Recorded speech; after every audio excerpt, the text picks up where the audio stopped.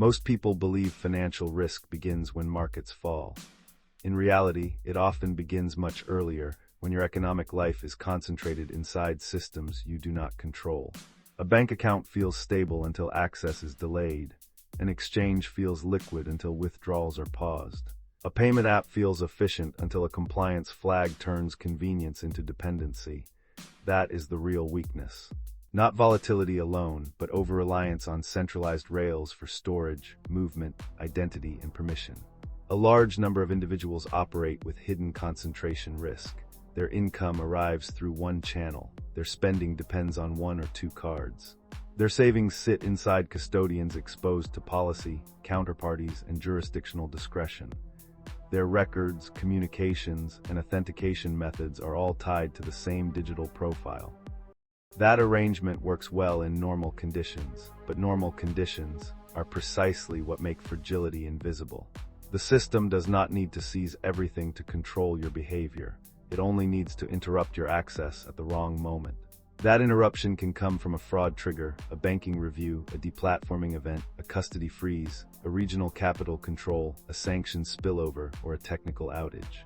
The form changes, the structural result is the same. Temporary dependence becomes operational paralysis.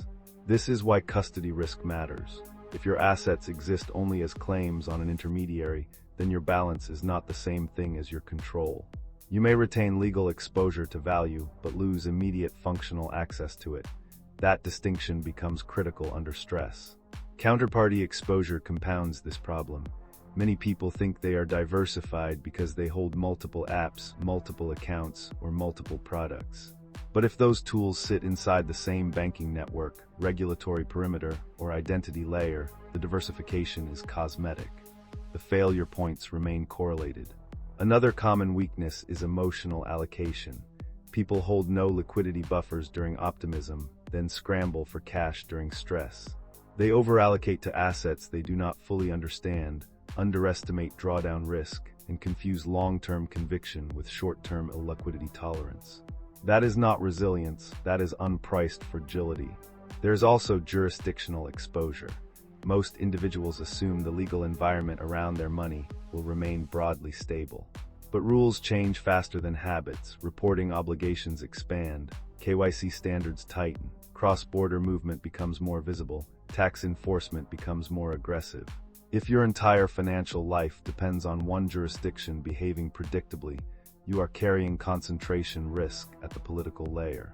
The issue is not paranoia, it is architecture. A fragile structure can look perfectly fine in favorable conditions. But when a system is built on permissioned access, central points of verification, and narrow liquidity options, failure does not arrive as theory. It arrives as inconvenience first, then as delay, then as forced compliance. The sovereign framework. The solution is not to abandon every centralized tool. The solution is to stop treating them as your entire foundation. A sovereign framework begins by separating utility from dependence. You may still use institutions, but you do not build your survival on their uninterrupted goodwill. That requires layering. Layering matters because different assets solve different problems. Trying to make one tool perform every function creates structural confusion. A sovereign system distinguishes monetary protection, transactional liquidity, upside exposure, privacy preservation, and operational redundancy. Each layer has a purpose, each layer mitigates a different category of failure, and each layer introduces trade-offs that must be understood, not ignored. The first layer is the monetary layer. This is where Bitcoin functions as reserve infrastructure. Its purpose is not daily convenience. Its purpose is to provide an asset outside direct fiat dilution, banking dependency, and discretionary issuance. The structural reason this matters is simple. Money that cannot be expanded by policy committee behaves differently from money that can. It protects against purchasing power erosion over long cycles. It also reduces dependency on custodial promises when held properly. The risk, if ignored, is full exposure to monetary debasement and financial repression. The practical implication is that long-term reserves should not be evaluated purely by short-term price stability, but by monetary integrity and counterparty independence. The trade-off is volatility. Bitcoin reduces certain systemic risks while introducing mark-to-market discomfort and drawdown risk. That trade-off is real. It requires position sizing and time horizon discipline. The second layer is the liquidity layer. This includes cash, short-duration reserves, and in some cases carefully chosen stable liquidity instruments. Its purpose is operational continuity. You need immediate capacity for bills, unexpected obligations, and temporary disruptions. Without a liquidity buffer, every market drawdown becomes a forced decision. The structural reason this matters is that illiquidity converts conviction into vulnerability. If ignored, you become a forced seller during stress. You liquidate strong assets to solve short-term cash problems. The practical implication is that liquidity should be treated as strategic stability, not wasted capital. The trade-off is opportunity cost. Idle liquidity underperforms scarce assets during expansion cycles, but that underperformance buys optionality. And optionality is often what prevents structural damage.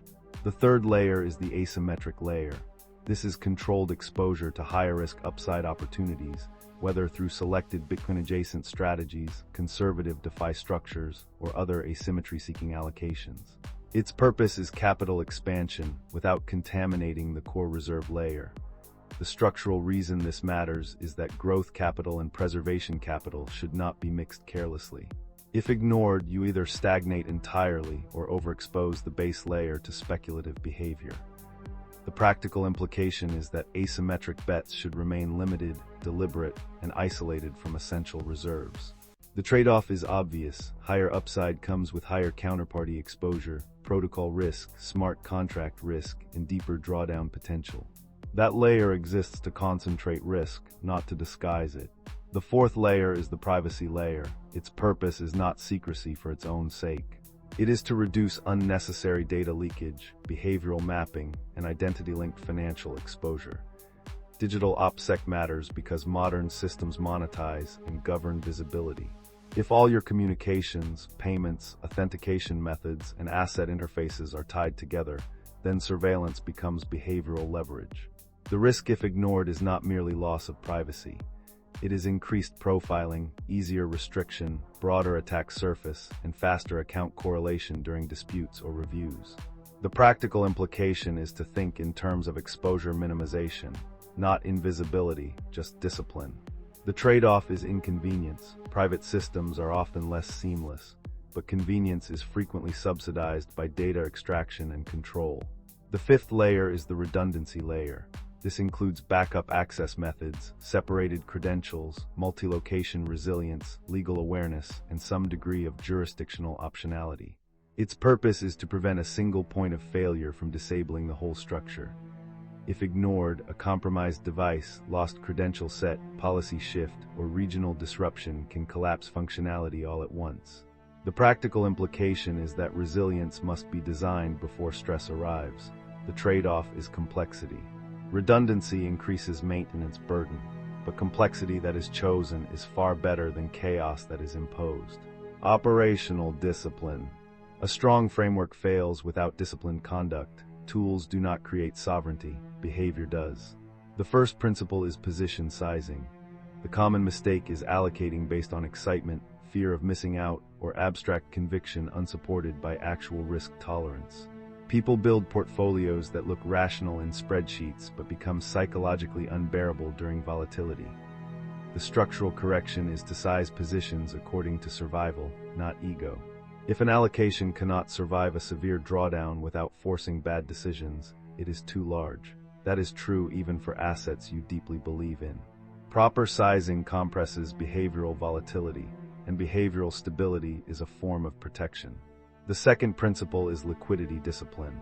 The common mistake is assuming future income, future access, or future market conditions will remain available on demand.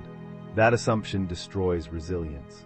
The structural correction is to maintain liquidity buffers large enough to absorb ordinary shocks without touching long-duration reserves. This reduces forced selling, desperation borrowing, and leverage temptation. Liquidity is not hesitation, it is shock absorption. The third principle is counterparty awareness. The common mistake is outsourcing trust without pricing the dependency. People chase yield, convenience, or interface quality while ignoring custodial structure, legal recourse, and withdrawal assumptions. The structural correction is to ask a harder question before using any platform. If this counterparty freezes, fails, delays, or changes terms, what part of my life stops functioning? That question reveals hidden dependence faster than any marketing page. The fourth principle is information hygiene. The common mistake is letting financial decisions be shaped by emotional media cycles, social proof, and narrative contagion. A person who consumes noisy information develops noisy behavior. The structural correction is to reduce reactive inputs and increase decision latency. Not all speed is intelligence. Operational calm often produces better outcomes than informational hyperactivity. The fifth principle is leverage restraint. The common mistake is using borrowed exposure to accelerate outcomes in a system already full of uncertainty. Leverage feels efficient when volatility is favorable. It becomes destructive when liquidity disappears.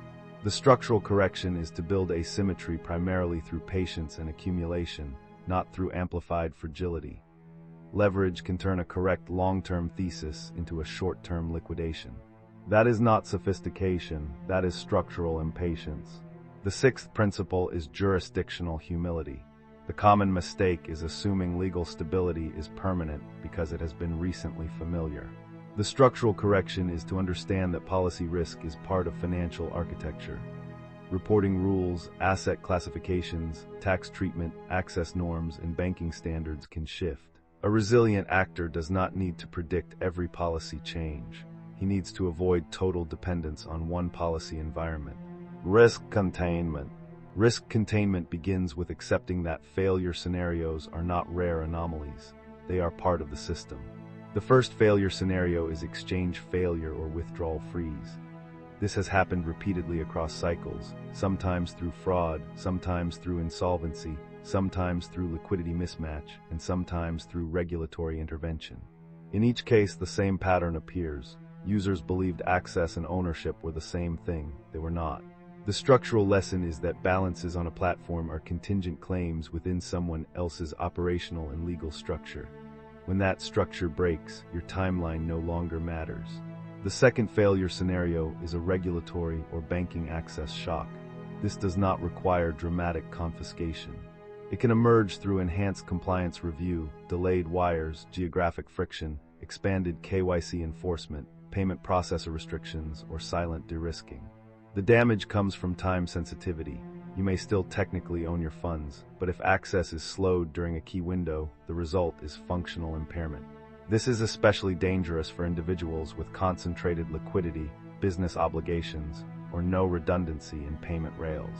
The third failure scenario is a liquidity shock during personal stress. A job disruption, health event, relocation need, or family emergency coincides with a market drawdown. Now your assets are down, your cash buffer is weak, and your options narrow all at once. This is where structural fragility reveals itself. Not in theory, but in sequencing. Bad timing is survivable when the system is layered. It becomes destructive when every layer is missing. The fourth failure scenario is digital compromise. A compromised phone, reused credentials, exposed recovery pathway, or centralized identity dependency can move quickly from inconvenience to asset risk. This is why digital discipline is not cosmetic. Financial sovereignty without digital resilience is incomplete. A wallet can be secure in design and still be vulnerable in practice if the surrounding behavior is careless. So what is the safeguard principle? Design every important function so that one failure does not become total failure. That is the core. One custodian should not control all liquidity. One device should not control all access. One jurisdiction should not define all options. One narrative should not shape all decisions. One market event should not destroy operational continuity. Redundancy is not pessimism, it is respect for reality. Structural conclusion. Sovereignty is often misunderstood as a dramatic act. It is not, it is a design standard. It is the disciplined arrangement of assets, access, identity, and behavior so that shocks do not immediately convert into dependency. The goal is not perfection, the goal is functional resilience. You are not trying to eliminate uncertainty, you are trying to remain operational inside it. That means holding reserve assets with monetary integrity. It means maintaining liquidity buffers despite opportunity cost. It means limiting counterparty exposure even when convenience is attractive. It means accepting that privacy has operational value. It means understanding that discipline is not restriction. It is freedom preserved in advance. Bitcoin matters in this framework not as a slogan, but as infrastructure. Liquidity matters not as hesitation, but as survival capacity. Redundancy matters not as paranoia, but as continuity. And conduct matters because even a strong structure can be destroyed by weak behavior. Most people wait for visible crisis before they start building resilience. By then, the prices have changed, the rules have tightened, and the options have narrowed. A better approach is quieter. You build before urgency. You layer before stress. You correct exposure before the system tests it. That is how serious protection is built, not with panic, not with ideology, with structure. This is 21 Protocol. Freedom is not a feeling, it's a structure. If you don't